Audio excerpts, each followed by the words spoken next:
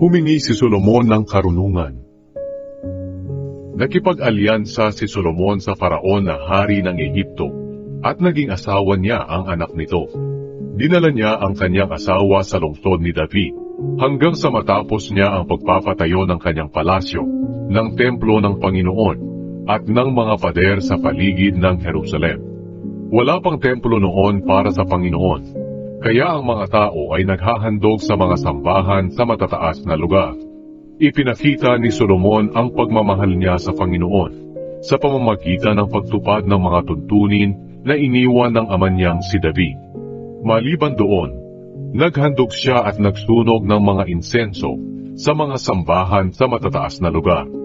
Isang araw, pumunta si Haring Solomon sa Gibeon para maghandog, dahil naroon ang pinakatanyag na sambahan sa mataas na lugar.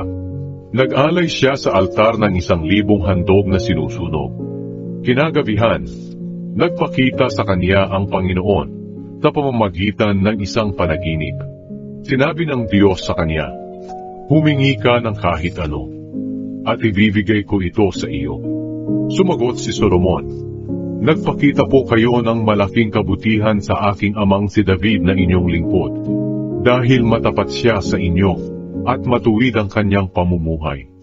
Patuloy niyo pong ipinakita sa kanya ang inyong malaking kabutihan sa pamamagitan ng pagbibigay sa kanya ng isang anak na siya pong pumalit sa kanya bilang hari ngayon. Panginoon na aking Diyos, ako na inyong lingkod ang ipinalit ninyo sa ama kong si David bilang hari. Kahit binatilyo pa ako, at wala pang karanasan sa pamamahala.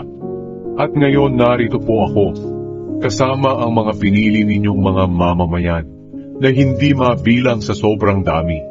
Kaya bigyan niyo po ako ng karunungan, para pamahalaan ang inyong mga mamamayan, at kaalamang malaman kung ano ang mabuti at masama. Dahil sino po ba ang may kakayahang mamahala sa inyong mga mamamayan na napakarami?" Natuwa ang Panginoon sa hiningi ni Solomon. Kaya sinabi ng Diyos sa kanya, "Dahil humingi ka ng kaalaman na mapamahalaan ang aking mga mamamayan, at hindi ka humingi ng mahabang buhay o kayamanan o kamatayan ng iyong mga kaaway, ibibigay ko sa iyo ang kahilingan mo.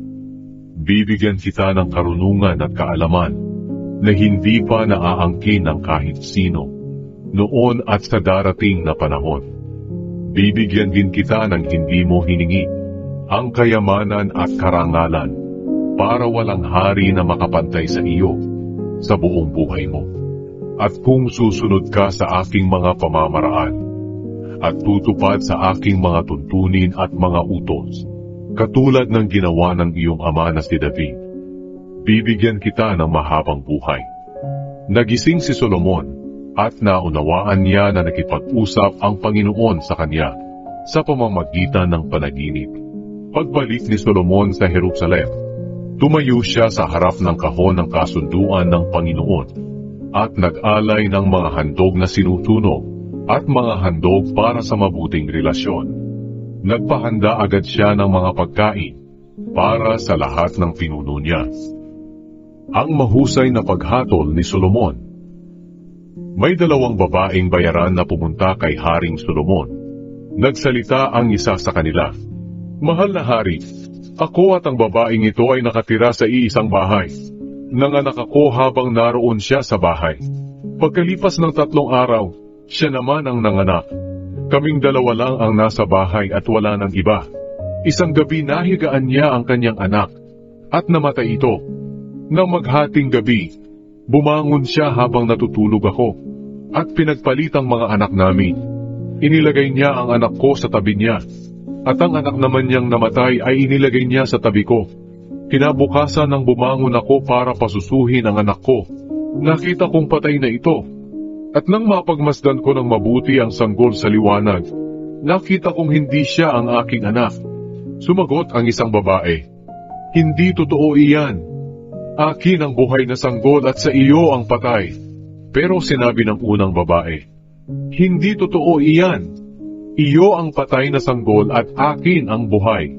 Kaya nagsagutan silang dalawa sa harapan ng hari. Sinabi ng hari, Ang bawat isa sa inyo ay gustong angkinin ng buhay na sanggol, at walang isa man sa inyo ang gustong umangkin sa patay na sanggol. Kaya nagutos ang hari na bigyan siya ng espada. At nang dalhan siya ng espada, inutos niya, hatiin ang buhay na sanggol, at ibigay ang bawat kalahati sa kanilang dalawa. Dahil sa awa ng totoong ina sa kanyang sanggol, sinabi niya sa hari, maawa po kayo, mahal na hari. Huwag po ninyong patayin ang sanggol. Ibigay niyo na lang po siya sa babaeng iyan. Pero sinabi ng isang babae, hatiin niyo na lang po ang sanggol, para wala ni isa man sa amin ang makaangkin sa kanya. Pagkatapos, sinabi ng hari, huwag hatiin ang buhay na sanggol. Ibigay ito sa babae na nagmamakaawa na huwag itong patayin, dahil siya ang tunay na ina. Nang marinig ng mga mamamayan ng Israel ang pagpapasya ng hari, lumaki ang paggalang nila sa kanya, dahil nakita nila na may karunungan siyang mula sa Diyos sa paghatol ng tama.